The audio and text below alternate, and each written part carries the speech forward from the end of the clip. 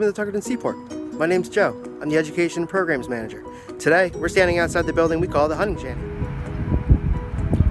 This building we now call the Hunting Shanty is the building that started it all. It was the original museum and gift shop here at the Tuckerton Seaport and was located across the street on Route 9. Let's go inside and have a look.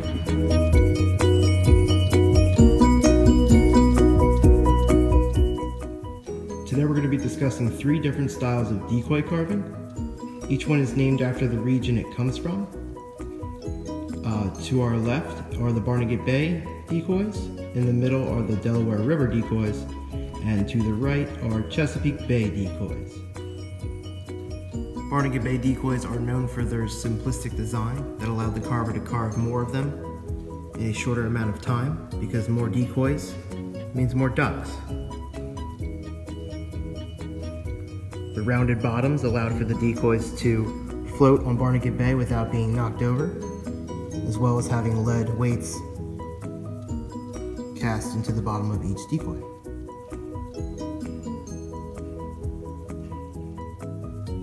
Similar to Barnegat Bay decoys, Delaware River decoys are also carved with a rounded bottom that allows them to stay afloat on the rough waters of the Delaware River.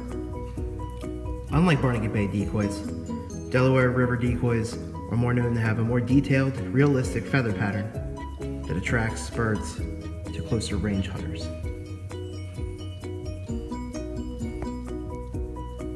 Completely different from the previous 2 styles of decoy, Chesapeake Bay decoys are carved with a flat bottom,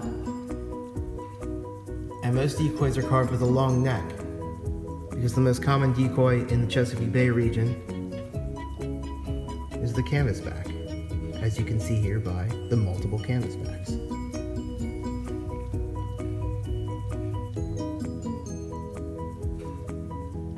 Decoys were also made from anything lying around, or even bought out of a catalog. From left to right, we have a decoy made out of paper, a decoy made out of cork, and a decoy made out of cattails. They would also cast mold decoys, homemade decoys made out of fence posts, even decoys made out of paper mache.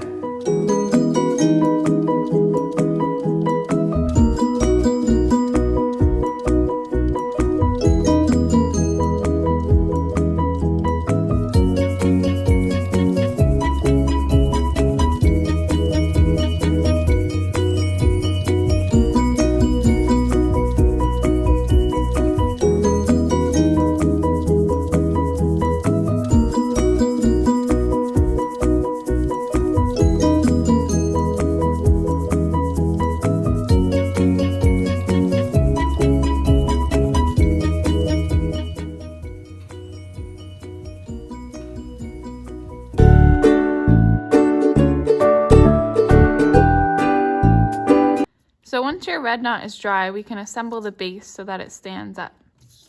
So first you'll take the 2 larger rectangles that each have a slit in the middle of them, and you'll fit them together like that. It should look like an X when you're done. Then you'll take the smaller rectangle with 2 slits on either end, and you'll line up the slit with the middle of the X here and put it over like that. If you're having trouble getting the cardboard to fit, you can always take your scissors and cut out a little more of the cardboard, or have someone help you so that we have more space to fit it in.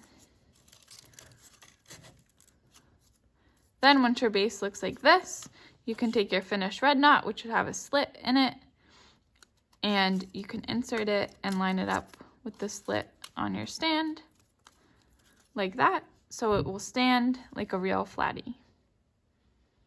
So for this project, I'm going to show you how to make your own red knot flattie.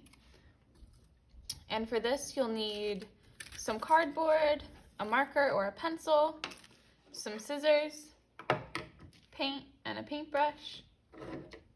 And you'll need to print and cut out the template that's attached to this video, or you could just practice drawing your own red knot shape. So now that you have your materials, we can get started.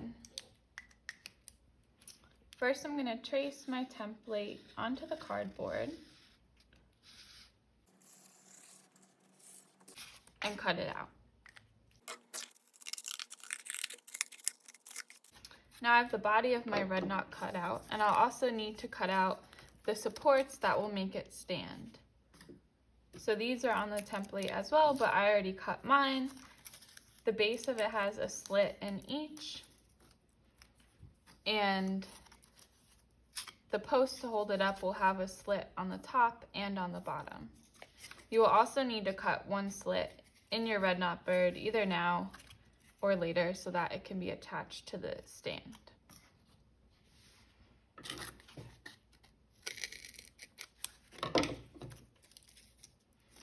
So before we put it together, we're gonna paint our red knot bird, and we want it to have accurate coloring like a real Flattie would, so that it would trick red knot birds into coming near it.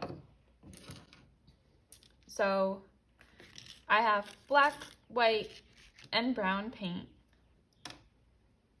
And first I'll just paint the white of my red knot bird since it covers most of its body.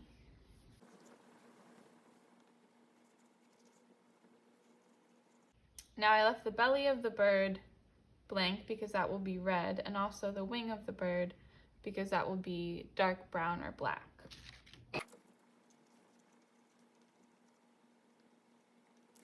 Now I have its belly painted, I'll paint its wing. And if you didn't have paints at home, you could still make this bird out of cardboard and color it with crayons or colored pencils or markers.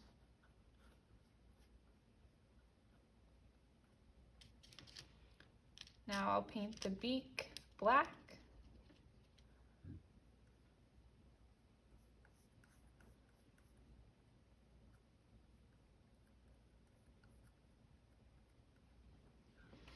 And now I'm ready for detail. So I can either wait for it to dry and add some details like the eye and feathers with Sharpie, or I can do it now with paint. You might want to get a smaller brush to do your eye with if you were using a bigger brush.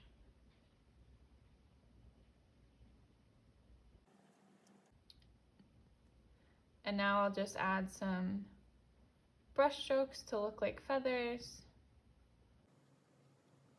across its belly. I'll use some white to create some marks on the dark brown that I did.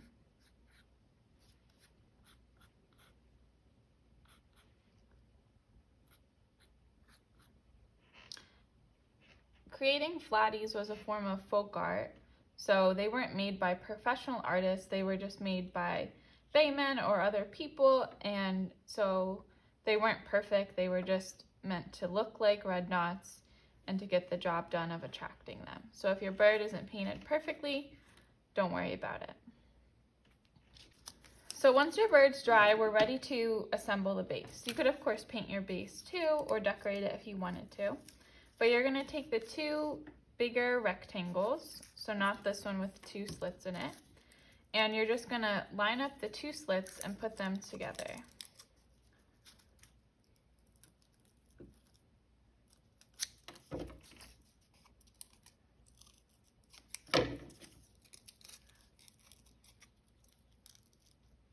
Now this part should look kind of like an X right now. This will be the base of it. Then you can take the shorter rectangle with two slits in it and put one of the slits where the X crosses in the middle. Now, if this is too hard to get over the two pieces of cardboard, you could take your scissors or have someone help you and just cut out a little more of the cardboard so you have a bigger gap to fit it over.